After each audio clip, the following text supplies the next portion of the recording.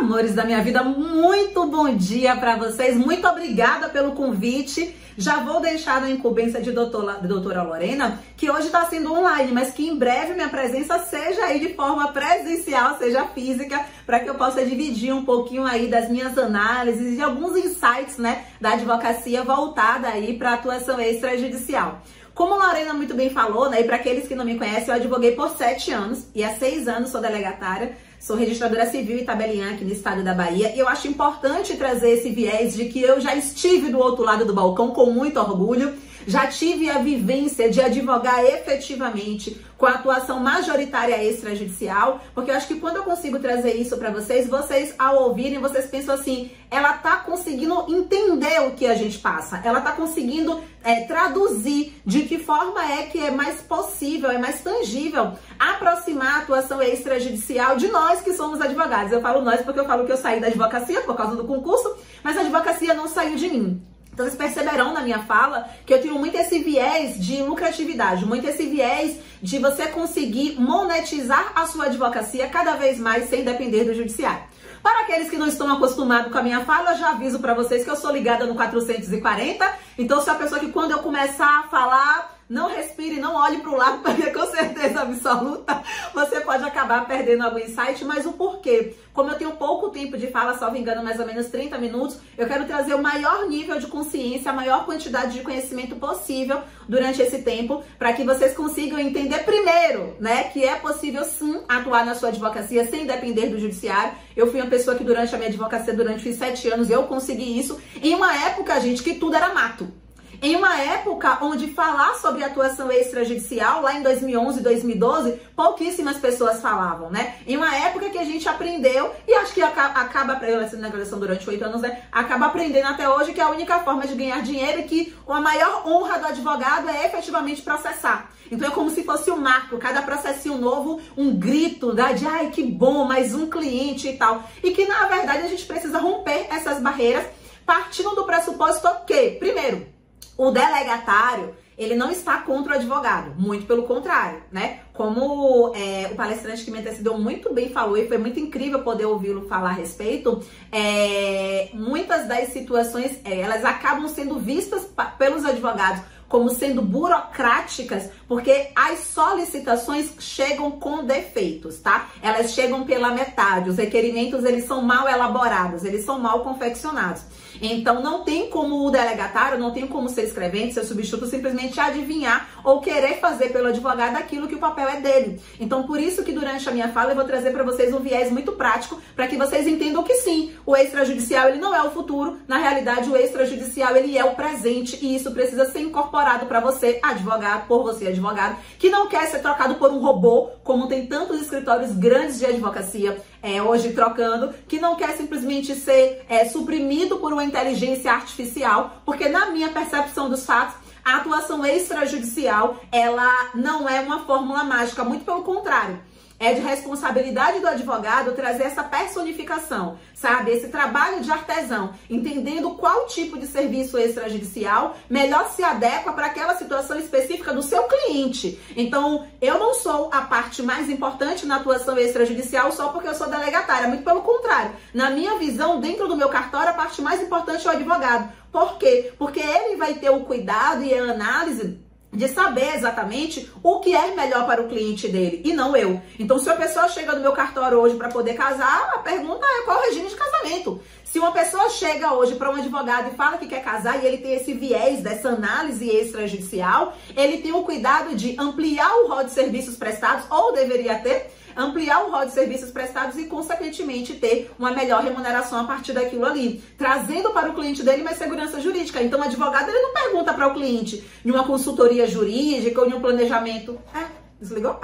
Não pergunta para o cliente em uma consultoria jurídica ou em planejamento matrimonial, por exemplo, qual é o regime de casamento. Ele apresenta para o cliente dele quais são as opções que melhor se adequam à situação do cliente. Então, A partir de agora eu vou utilizar o tempo que me resta para poder trazer esse viés para vocês, tá? O que acontece basicamente na atuação extrajudicial? Eu não consigo enxergar a atuação extrajudicial como sendo aquela atuação que ela precisa de exclusividade. Então, quer dizer que o advogado que quer atuar no âmbito extrajudicial, ele não precisa se desassociar do judicial para isso. Isso é muito claro. Então, por exemplo, enquanto eu estava advogando, eu me valia sim de serviços extrajudiciais para ampliar o composto probatório daquele meu processo judicial. Então, bem antes do Código de Processo Civil em 2015, eu já utilizava a ata notarial. Bem antes de a gente começar a trazer situações em relação ao âmbito extrajudicial, eu já utilizava a notificação extrajudicial. Bem antes, eu já protestava, por exemplo, aluguel. Só que o que acontece? Durante os 5 anos de graduação, ninguém traz pra gente essa visão da atuação extrajudicial. Então, o primeiro ponto que eu trago pra vocês é que a extrajudicialização, a desjudicialização, não quer dizer que você precisa iniciar a sua vida profissional atuando exclusivamente no extrajudicial. Se você tem, por exemplo, uma situação de cobrança de aluguel, você pode sim optar por um processo de execução, né? Ou você pode, preencher nos requisitos legais, protestar aquele título junto ao cartório de protesto. Leve em consideração que se você optar por um processo judicial, de acordo com o CNJ, o tempo médio de duração de um processo em primeiro grau é em torno de 3, 4 anos em nível nacional. Tá? Em nível nacional. Eu ainda acho essa visão bem otimista, porque se for aqui na Bahia, existe a possibilidade, infelizmente, de durar mais tempo. O que eu quero dizer para vocês é que, embora a ferramenta judicial, ela tenha sido ensinada, ela tenha sido implantada na mente do profissional, na mente do bacharel, na mente do estudante de direito, compete a você entender que em várias atuações extrajudiciais, de serviços extrajudiciais, mesmo que a presença do advogado ela não seja obrigatória, você pode sim prestar esse serviço. Então, Gabriela, o meu cliente, ele precisa ter de um advogado para poder protestar, por exemplo, um título de contrato de locação que não está sendo pago? Não. Mas quem é que vai apresentar essa solução para ele? O advogado. E ele vai utilizar do serviço dele para a obtenção dos documentos, para dar entrada naquele ato de protesto, que inclusive pode ocorrer de forma 100% online, o que ratifica a ideia de que o extrajudicial ele não tem barreira territorial. Você pode sim atuar no extrajudicial, independente de onde você esteja, para qualquer cliente de qualquer lugar do mundo. Eu tenho, por exemplo, alunos meus que estão no interior da Bahia e que estão prestando serviço para clientes que são brasileiros e que hoje moram no estrangeiro, o que ratifica a ideia de que você não precisa hoje de escritório físico para ter uma atuação extrajudicial, você não precisa de uma equipe grande para ter uma atuação extrajudicial, você não precisa estar em uma grande cidade para ter uma atuação extrajudicial, desde que, obviamente, você saiba quais são os serviços que poderão ser prestados, porque esse é o ponto de partida efetivo.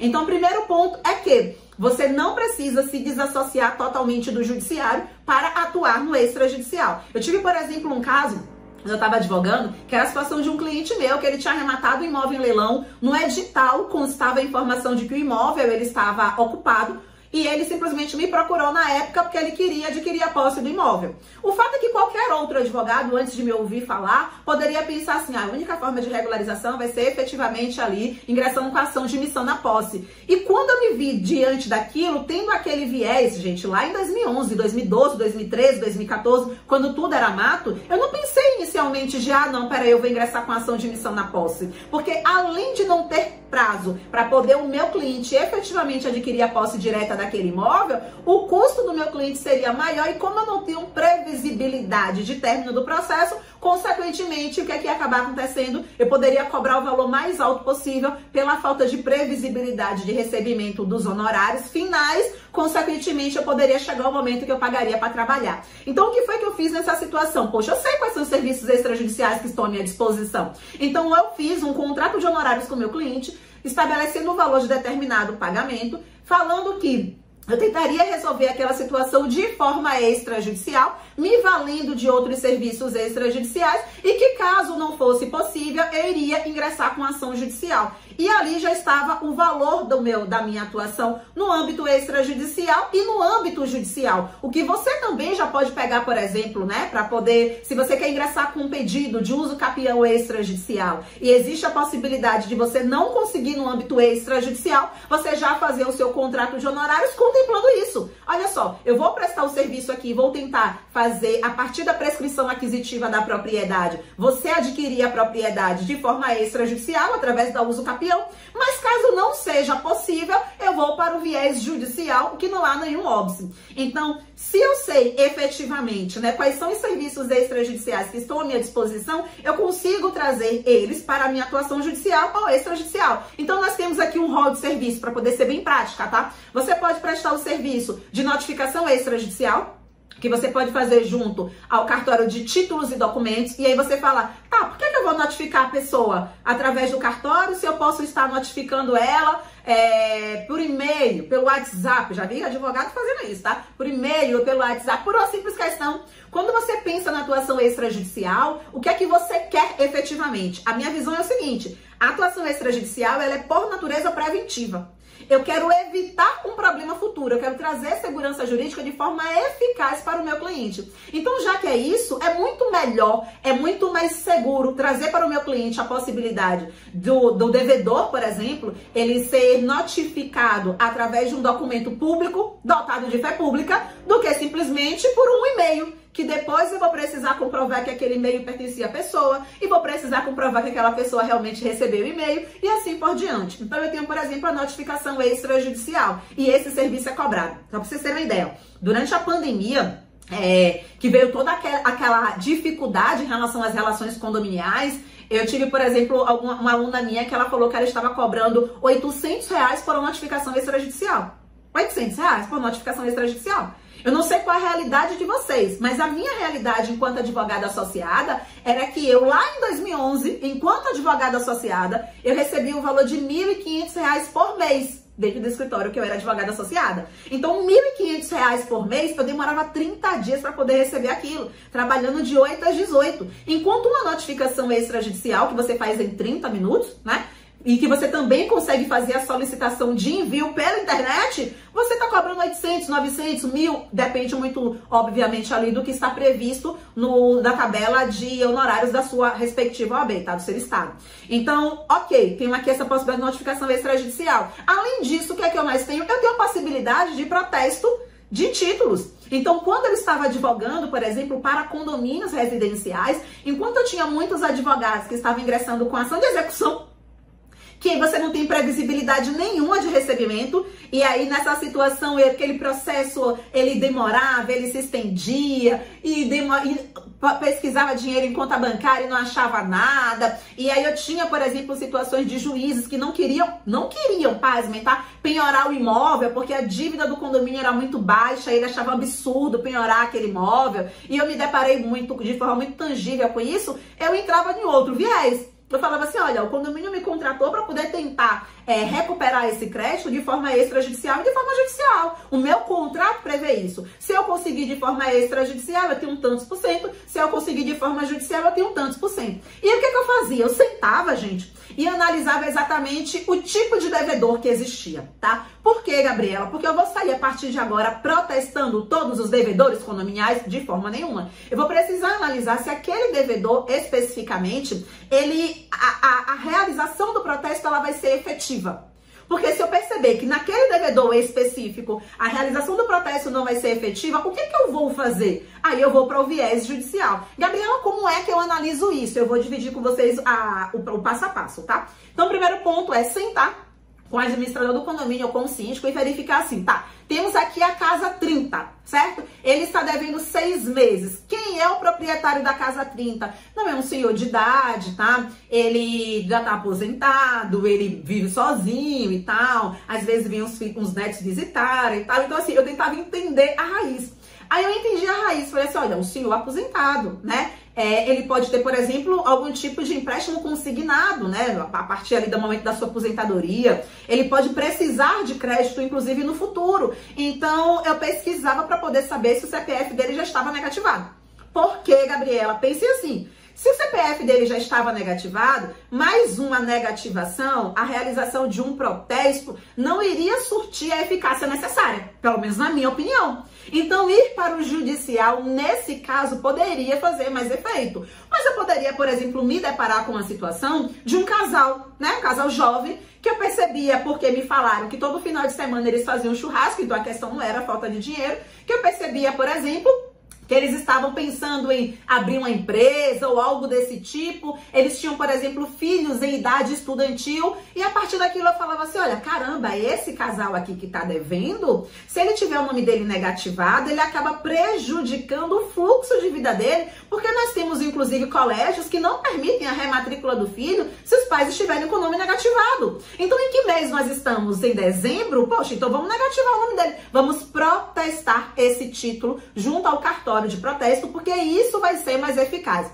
Então, o que é que você tem que entender? Primeiro, eu já sei efetivamente quais são os serviços extrajudiciais que eu posso prestar. E eu posso prestar serviços extrajudiciais, gente, independente da minha área de atuação. Eu posso prestar, por exemplo, serviço na área médica. Então, eu quero um serviço extrajudicial na área médica. Eu tenho o quê? A DAV, né? Que é a Diretriz Antecipativa de Vontade, onde eu já estabeleço, junto com o meu cliente, através de um documento público, o que é que ele permite de tratamento médico, caso ele fique impossibilitado de emitir a sua própria autorização. Então, se eu tenho, por exemplo, um cliente meu que hoje ele está fazendo um tratamento oncológico, pode ser interessante para ele a realização de uma DAV. É um serviço extrajudicial e que, não sei se é do conhecimento de vocês, mas pelo site do Sensec, bota lá CENSEC, Sensec, você consegue pesquisar pelo nome, pelo CPF da pessoa, se aquela pessoa deixou já uma diretriz antecipativa de vontade. E essa ideia surgiu pelo próprio CRM, pelo próprio Conselho dos Médicos, CFM, melhor dizendo, Conselho Federal de Medicina, pelo próprio Conselho dos Médicos, como forma de trazer segurança para a própria atuação desse médico, tá? Aí, ok, lá na área de direito médico, eu vou falar, tá, na área do direito imobiliário, porque eu tenho um ato notarial, eu posso estar estabelecendo através de documento público como o imóvel foi entregue. Aí eu comecei falando para vocês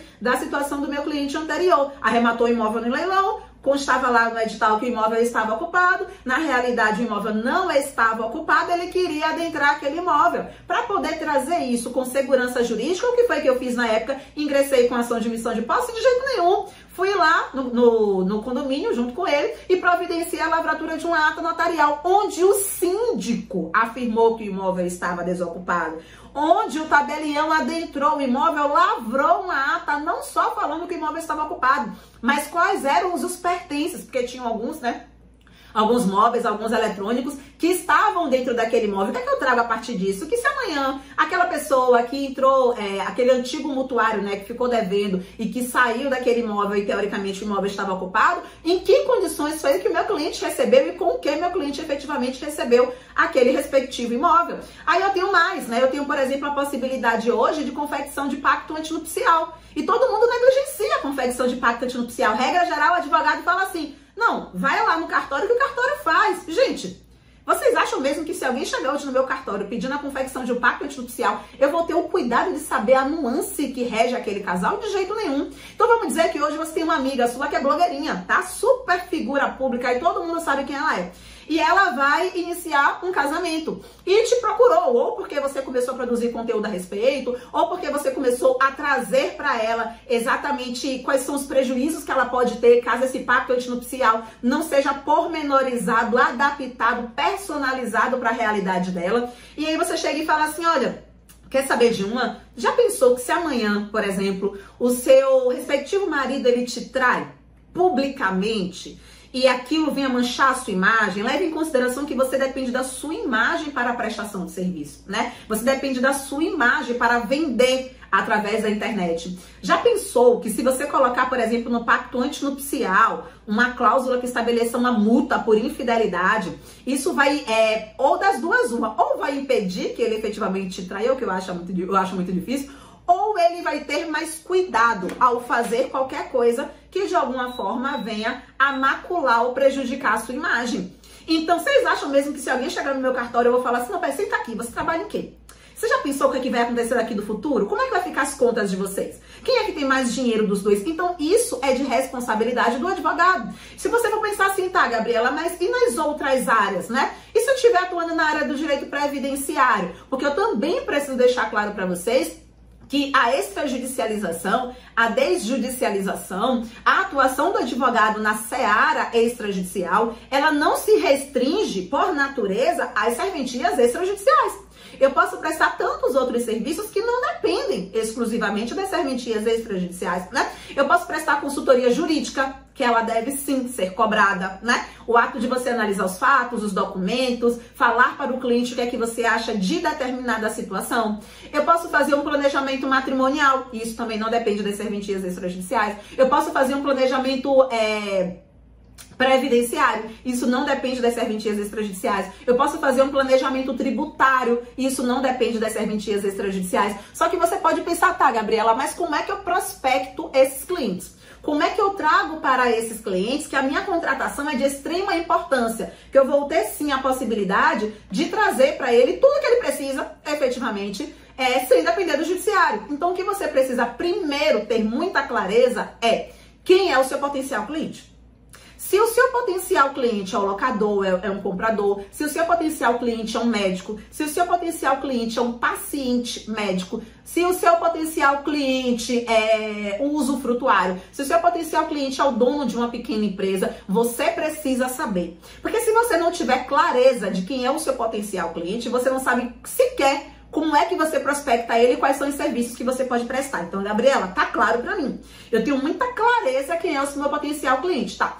Para esse meu potencial cliente, quais são os serviços extrajudiciais que eu posso prestar? Então, assim, enquanto advogada, como eu sempre atuei na área imobiliária, a minha ideia era, agora eu quero advogar para corretores de imóveis. E eu tinha isso muito claro. Quero advogar. Meu potencial cliente hoje são os corretores de imóveis. Por quê? Porque para mim era, se eu for advogar para os corretores de imóveis, eu não presto serviço somente para ele e para a imobiliária dele, se for o caso. Eu presto serviço, inclusive, para os potenciais clientes dele. Então, nessa análise, eu falava assim, como é que eu vou chegar para esse potencial cliente? Então, eu já sei qual é o meu público-alvo.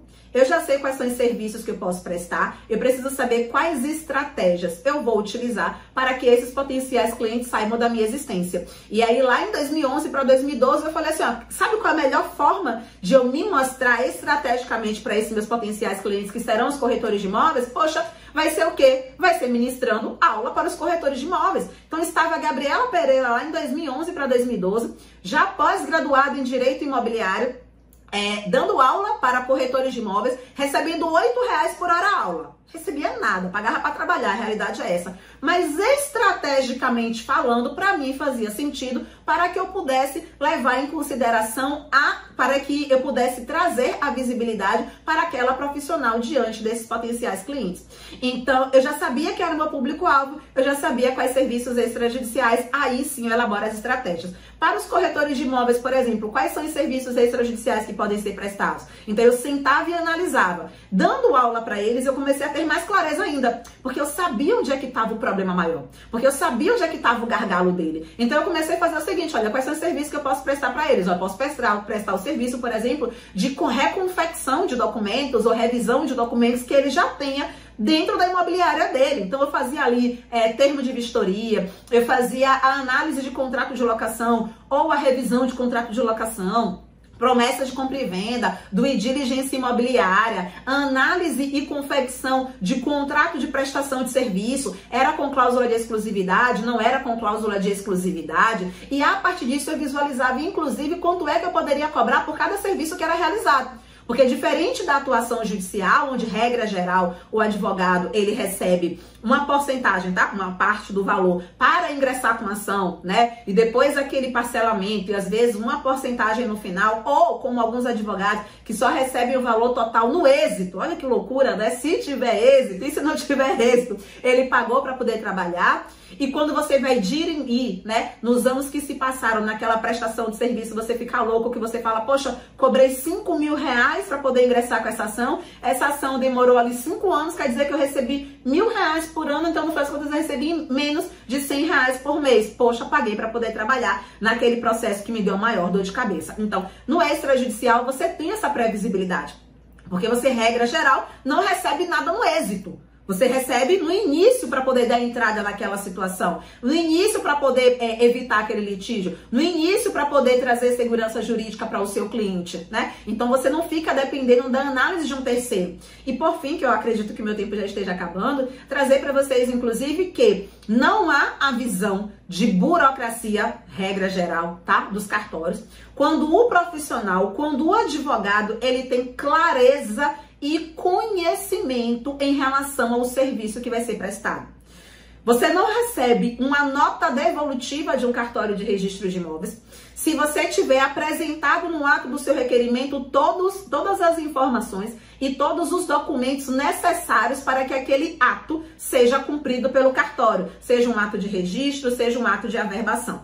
Boa parte das pessoas que falam, e eu falo isso com muita tranquilidade, que os cartórios são burocráticos, e eu vou novamente ratificar, né? Salvo raríssimas exceções, é porque eles nunca leram a Lei de Registros Públicos, eles nunca leram o Código de Normas do Estado, e eles acreditam que o cartório tem bola de cristal, a ponto de, e eu vou ratificar, salvo raríssimas exceções, a ponto de adivinhar o que você precisa fazer. Então, quanto mais conhecimento você tem da atuação extrajudicial, você consegue trazer mais celeridade para qualquer procedimento e menos burocracia para aquilo que você visualiza como sendo burocrático. Se você apresentar para o cartório a sua solicitação completa, o seu requerimento correto, os documentos forem devidamente apresentados, um cartório nunca vai te pedir mais documentos do que aquele que está previsto em lei. E, caso isso aconteça, a gente precisa lembrar que o Tribunal de Justiça do Estado, do respectivo Estado, ele é o responsável pela fiscalização dos cartórios e que a corregedoria do Tribunal de Justiça serve exatamente para isso, para poder conseguir fiscalizar se aquelas solicitações cartorárias elas estão sendo muito além do que está disposto em lei ou não.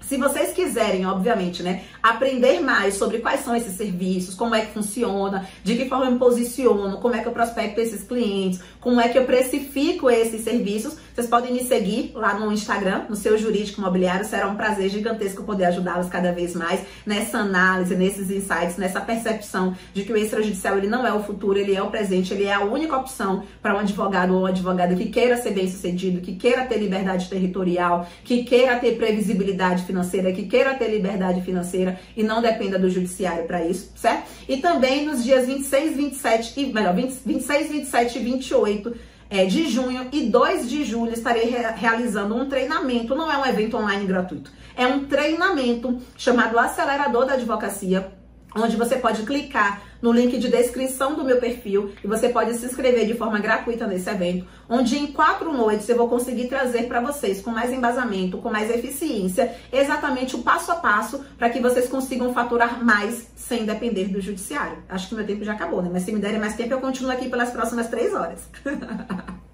Muito obrigada, doutora Gabriela Pereira. Teve uma pergunta a respeito dessa nova lei agora, da alteração do nome. A senhora poderia dar, assim, uma breve explanada sobre o fato? Posso sim. O que acontece? A Lei 14.382 de 22, né, ela trouxe um viés completamente diferente do que era comum. Nós aprendemos na graduação durante muito tempo que o nome, ele era personalíssimo, não é que tinha deixado de ser, mas é porque antes a alterabilidade, ela era a exceção, ela não era a regra. Então a imutabilidade era o mais comum. De acordo com a própria lei, você poderia sim alterar o seu nome, caso você, até 1 ano após completar a maioridade civil, e desde que essa alteração ocorresse através de processo judicial e tal. O que acontece a partir da 14.382? Você pode alterar o nome, você pode alterar o seu prenome, o seu sobrenome, inserir sobrenome de ascendentes, fazer valer a alteração mesmo após a realização do divórcio.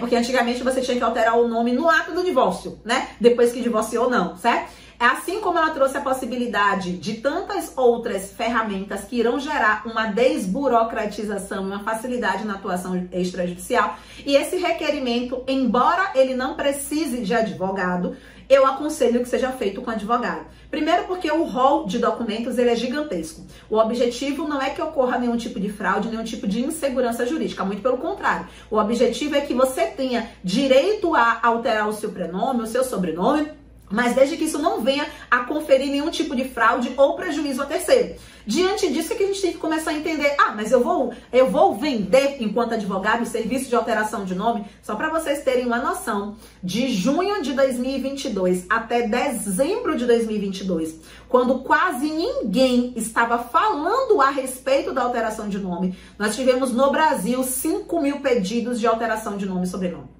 5.000. 5 mil, enquanto ninguém estava praticamente falando a respeito. Nós estamos em junho de 2023, certeza absoluta que esse número pelo menos triplicou, porque agora nós estamos falando a respeito, estamos trazendo isso para os clientes, estamos trazendo isso para a população. E aí você faz esse requerimento, junta os documentos que o provimento não trouxe para a gente, quais são esses documentos, mas estamos utilizando, por analogia, o provimento que permite a alteração para alteração de gênero, tá? Que aí basicamente são documentos referentes a distribuidores cíveis, distribuidor de protesto, certidão criminal, certidão trabalhista, para poder você comprovar que a troca do seu nome não é como forma de burla a alguma obrigação jurídica sua, alguma obrigação pessoal ou profissional. E aí você faz esse requerimento junto ao Registro Civil de Pessoas Naturais. Esse requerimento hoje, ele pode ser feito pelo CRC, tá? C de casa, R de rato, C de casa de novo, onde você pode se dirigir a qualquer registro civil de pessoas naturais, de onde você está, por exemplo, tô aqui, sei lá, tô em Salvador, tá? E aí eu fui registrada lá no Rio de Janeiro. Eu posso fazer em qualquer registro civil de pessoas naturais de Salvador esse requerimento. Esse requerimento vai ser encaminhado pelo RCPN de Salvador para o RCPN do Rio de Janeiro, onde eu estou com o meu assento de nascimento.